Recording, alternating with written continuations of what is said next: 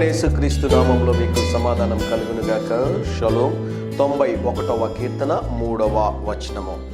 నాశనకరమైన తెగులు రాకుండా నిన్ను రక్షించును. దేవుని నామానికి స్తోత్రం కలుగునుగాక. ఈ ఉదయకాల సమయంలో ప్రభు మీకు ఇస్తున్న శ్రేష్టమైనటువంటి వాగ్దానము, ఎటువంటి సమస్యలు, ఎటువంటి ఇబ్బందులు, ఎటువంటి అనారోగ్యాలు మిమ్మును, మీ కుటుంబమును, మీ ఆరోగ్యమును, మీరు చేయించినటువంటి బిజినెస్ను, మీరు చేయించినటువంటి ఉద్యోగమును దేనిని కూడా నాశనము చేయకుండా ఉండునట్లుగా దేవుడు శిలువ రక్తము చేత అగ్ని కంచెన వేసి మిమ్మల్ని కాపాడుతారు అని ఈ ఉదయకాల సమయంలో దేవుని సేవకుడుగా మీకు మనవి చేస్తున్నాను. ప్రతిరోజు ఉదయకాల సమయంలో నేను మీకు చెప్తున్నటువంటి ప్రాముఖ్యమైనటువంటి 2 మాటల్లో మొదటి మాట, అనుదినము ప్రార్థించండి. ప్రార్థన చేయకుండా ఏ కార్యము ప్రారంభించొద్దండి.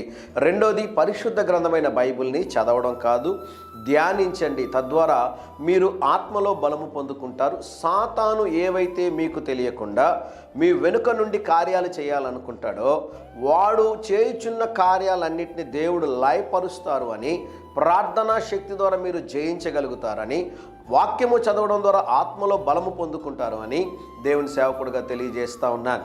ఈ ఉదయకాల సమయంలో దేవుడు శ్రేష్టమైన వాగ్దానం చేత మిమ్మల్ని బలపరిచారు కదా.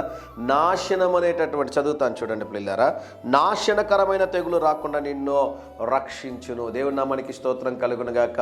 మనకు ఏ సమస్య కలగకుండా దేవుని యొక్క దూతలు నిత్యము, దేవుని యొక్క సన్నిధి మనకు తోడుగా ఉంటుందంట. కనుక ధైర్యంగా ఈ దినాన్ని ఎదుర్కోండి. దేవుని సన్నిధి మీకు తోడుగా వచ్చునుగాక. ప్రియ పరలోకపు తండ్రి, ఈ దినం మా ప్రియులు తలపెట్టుచున్న ప్రతి కార్యంలో జయమును అనుగ్రహించమని యేసు నామములో ప్రార్థిస్తున్నాము తండ్రి.